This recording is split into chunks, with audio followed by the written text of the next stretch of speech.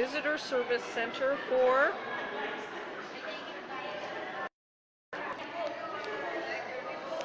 the United Nations headquarters in New York City.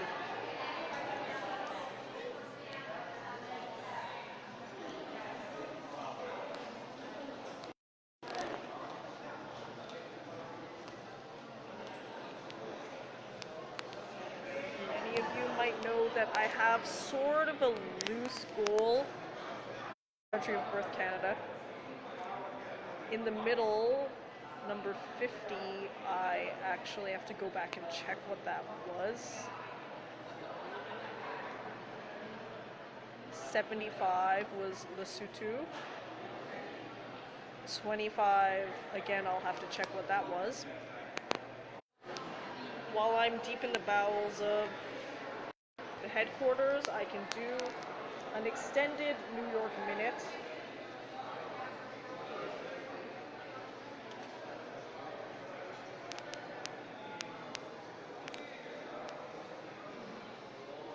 Down here, we have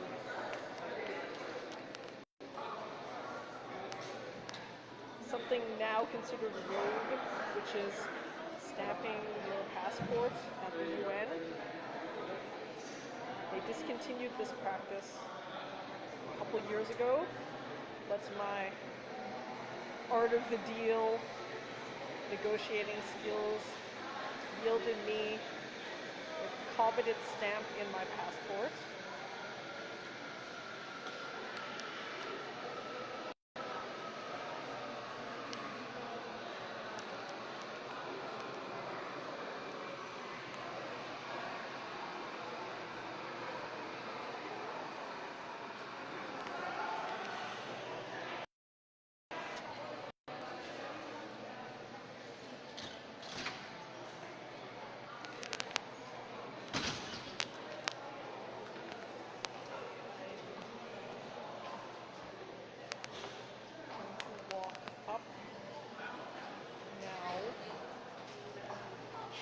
To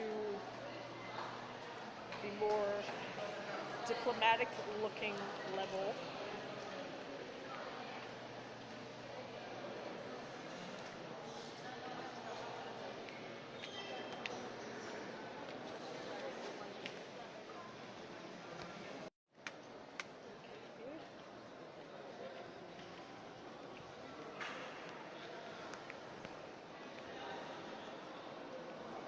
Here it is.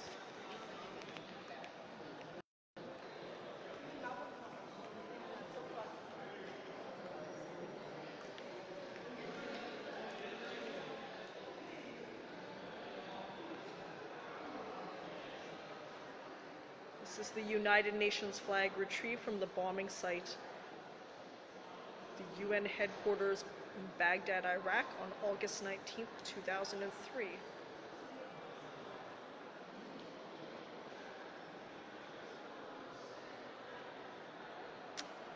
I think it apropos for me to read a message from the Secretary General of the UN. The United Nations was founded by men and women who dreamt of peace because they knew the cost of war. We in our time have also witnessed friends and colleagues pay the ultimate price in the cause of peace. Our fallen colleagues went out into the world with the conviction that their service could make a difference between war and peace, poverty and security, oppression and freedom. They showed in their work and their lives that human conflict is not inevitable, that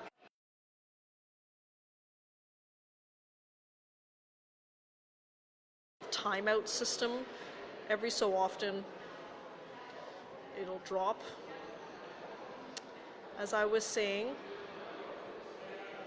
our fallen colleagues went out into the world with the conviction that their service could make a difference between war and peace, poverty and security, oppression and freedom. They showed in their work and their lives that human conflict is not inevitable, that poverty can be defeated, and that the promise of peace and tolerance exists among all people. Whether clerical worker, lawyer, driver, or special representative, Iraqi or international civil servant, each of these men and women made a unique and invaluable contribution. Each was committed to the human rights, sovereignty, and well-being of the Iraqi people, and many has served the needs of other peoples too. Each braved hardships, set aside longings for their home or for a quiet life, and conquered their fears in order to help others overcome an era of terrible suffering. Each showed the world the caring, principled face of the international civil service. Each gave something to be proud of, as Kofi Annan, Secretary General of the UN, made in his statements.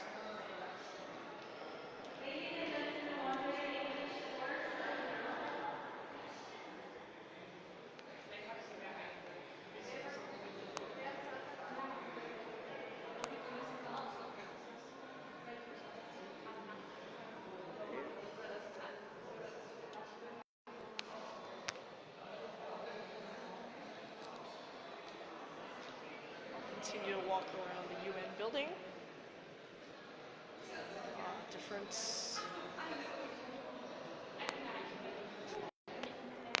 flags memorialize different situations. This one is in memory of the earthquake 7.0 that devastated the country of Haiti.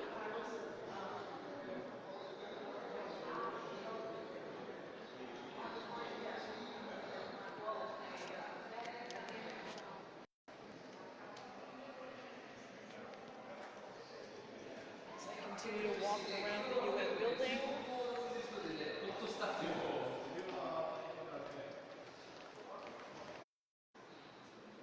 everything will be all right when people stop thinking of the United Nations as a weird Picasso abstraction and see it as a drawing they made themselves.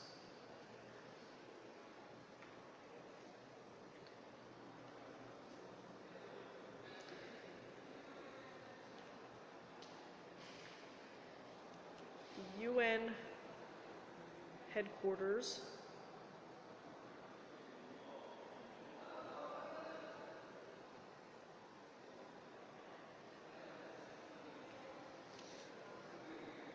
is well known around the world, but I think fewer people understand what it means or what it represents. I am one of them, to be completely honest. The reason why I chose to visit UN countries is because, as far as I could tell, the UN was the only list that people around the world could agree were sovereign countries. When I say this, I raise different controversies because the definition of a country really depends on who you ask and who you talk to. When I first started traveling as a backpacker, I never really took the time to think about these sorts of issues. But even a cute little goal like visiting all the countries of the world soon became confusing and complex because I had to decide what is a country. For me, I've adopted the UN standard just out of convenience, really. Many people can have many interpretations. Maybe as I travel more and more, I'll decide on a different standard for myself. As of this point, though, I have used the UN standard, and according to the UN standard, I've visited 93 countries. Again, the term visited is also problematic because many different people have different definitions of what is considered visiting a country.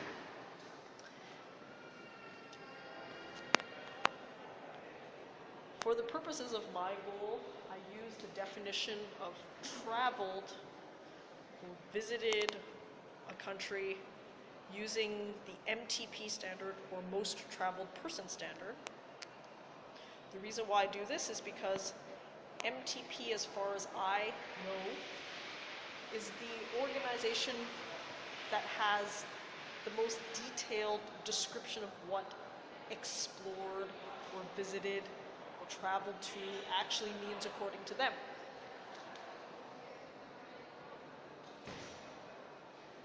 Again, my engineeringness shows, technically speaking, as a backpacker, as a traveler. You can choose whatever definition you wish, because these goals are for yourself anyways. For me though, I sort of like to let those who invented the wheel continue to invent the wheel and just leverage the information that they've come across. Again, as I travel more, I might change my mind as to how I define things. But for now, again, I want to keep things, as much as this sounds counter to what I've just said, fun and light. Fun and light meaning, instead of spending a lot of time researching what is a country or what is considered travel in a country, I'll just use standards that have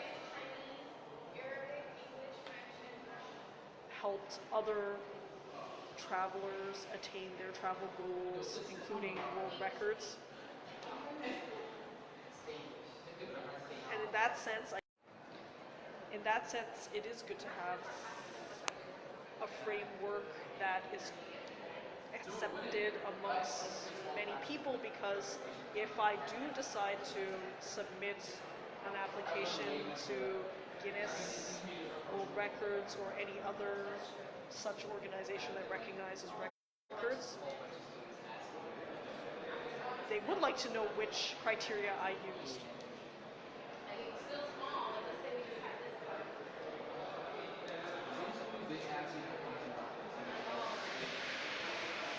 By my calculations,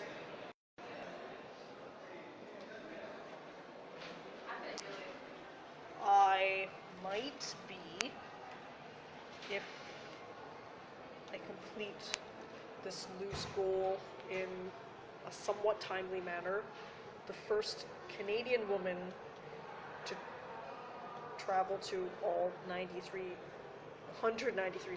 UN countries. I might be in the running for some other records too.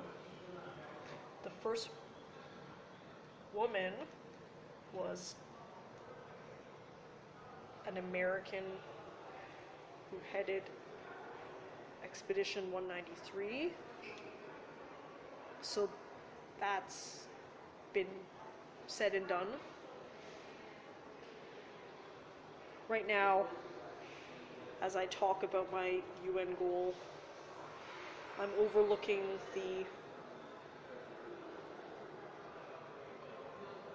conference room, I believe. The one that you see broadcast on TV. I might have to look into that, but this is where I guess the General Assembly meetings and other special meetings are held.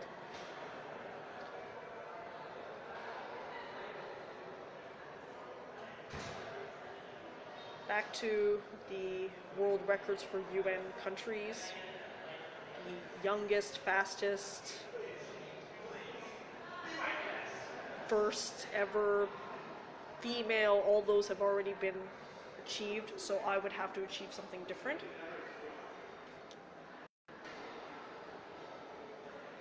That said, I'm also thinking about registering a UN world record, or more precisely, a Guinness World Record that maybe is funner.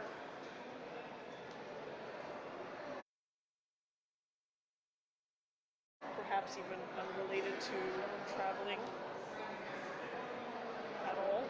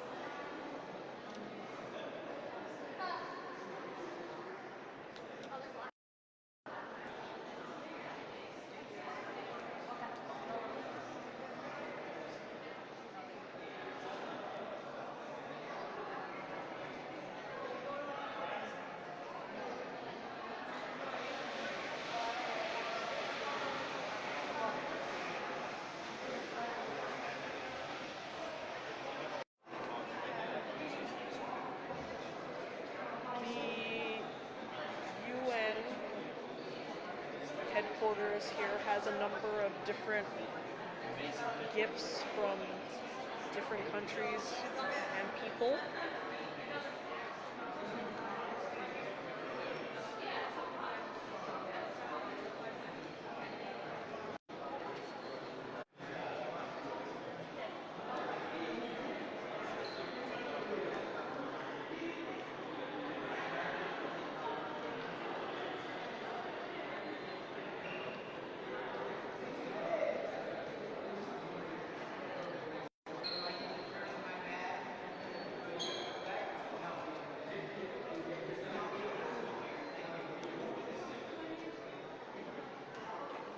I think I've reached the special clearance section.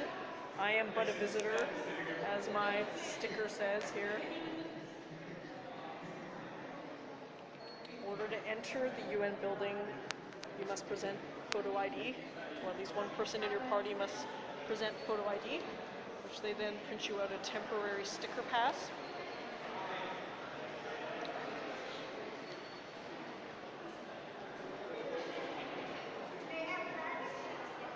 After you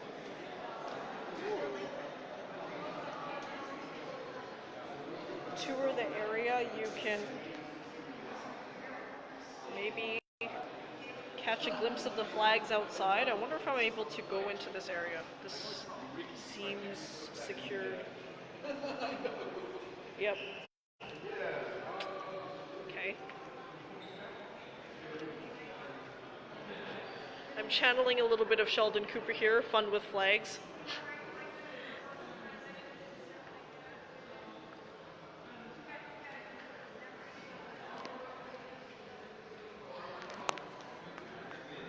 I am, as you might imagine,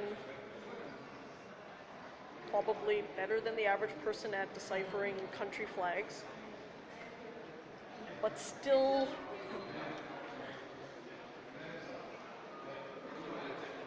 rather forgetful sometimes of different country flags, facts, whatever you would say, related to the different countries that I've traveled to. I think I'm probably finished all of the areas that I have access to as a visitor. The main area was the UN General Assembly. I've codified my goal. I might seem like I'm off on a tangent here, but I will reference the discussion/debate between Sam Harris and Jordan Peterson. They were talking about building value systems and how to do so, whether based on logical reasoning or other methodologies. The reason I bring them up is because even something like a cute goal of traveling to all the countries in the world involves thought and a methodology, which I've chosen based on what I feel would provide the best framework, instead of sort of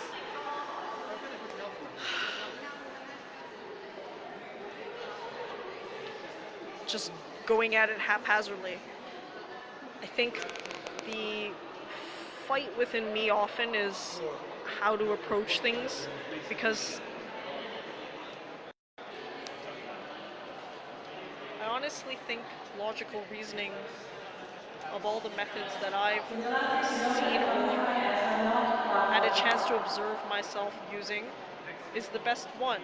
But the reason why humans use it a lot less than maybe they could is because it's very resource intensive on your brain.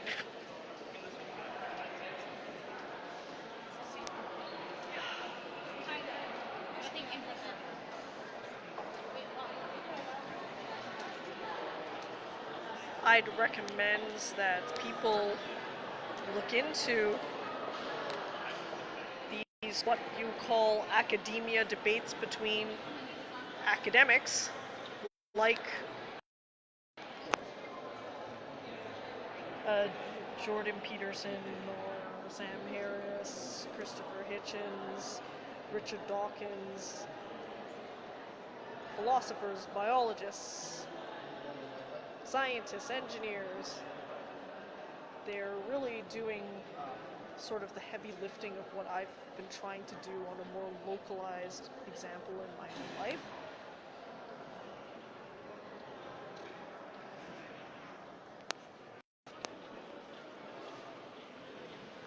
I might end with just a quick scan of the people who have secretaried the UN.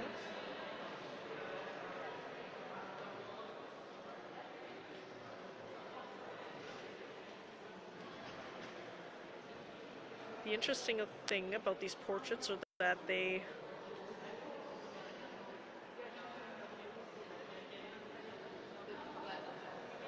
are cloth-like printed art.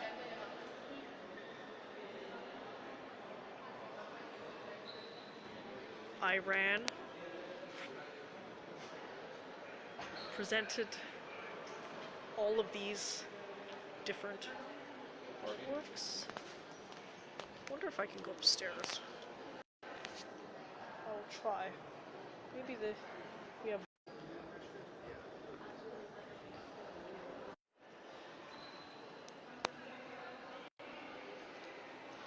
I'm jumping in and out of talking seemingly about the UN and value system creation, a la Sam Harris and Jordan Peterson.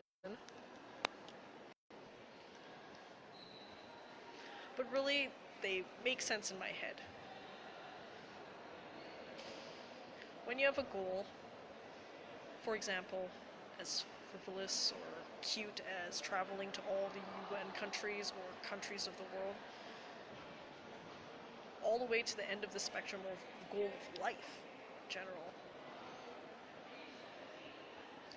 you help yourself by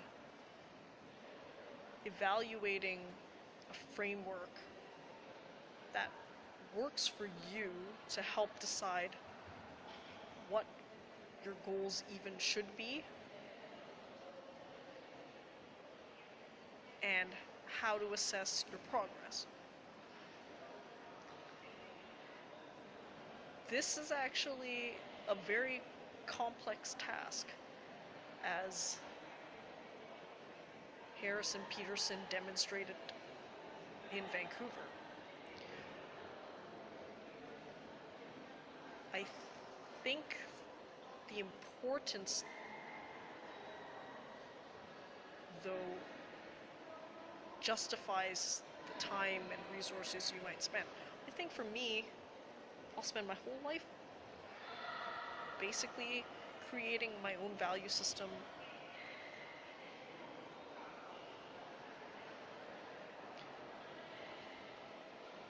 as much as I can remove it from social, cultural, or evolutionary influences. In saying that, obviously, I am a social, cultural, and biological being. So those forces will shape me as much as I hope that I can release myself from their grip. I know they'll still have a grasp. That's okay though. I've continued to do it and continue to refine. Part of vlogging too helps me with my own discourse. Harris and Peterson were using each other as ways to codify their own ideas.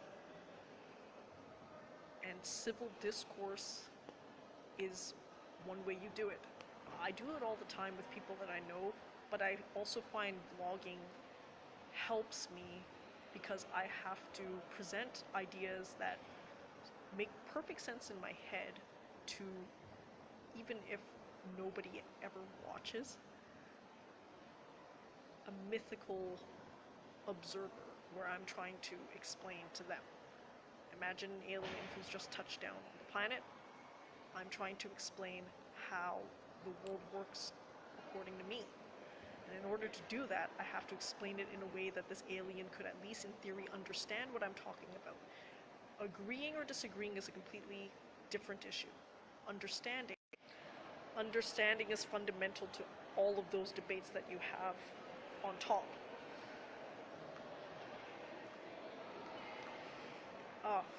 Okay. That staircase that leads up is also roped off. I have completed my tour of the UN. I'll also complete my almost what seems to be a sidetrack talk, but I think is related, because goals are goals. You establish the framework for your grander goal, which would be the goal of your life, by starting with the framework of smaller, more concrete, tangible things that you're achieving. Anyways, I'll obviously add that academics have much more to say on this topic right now than I could possibly do. I'm almost like a backseat philosopher. Someone else is driving the car and I'm just talking to them and sometimes directing, but more asking questions. So I would say I'm the benevolent backseat philosopher. I think that's going to be all for now.